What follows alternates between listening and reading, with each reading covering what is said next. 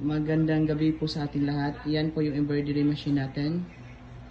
So, madalas siyang magamit. May 10 pieces output last week. Ito ang monitoring screen po niya. Yan po. At yung needle bars. Kabila. Maayos magtahi po.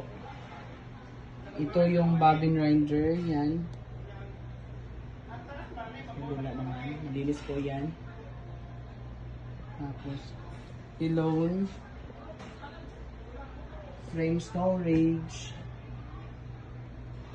EVRs, at saka tools. Nandito po yung maayos thread dyan sa isang box. At ito rin po.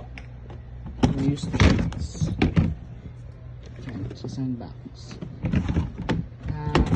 Tapos,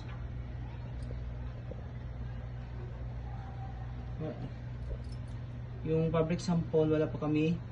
Ito po yung production log, inventory checklist, at inventory machine maintenance report. Sa file namin management storage capacity,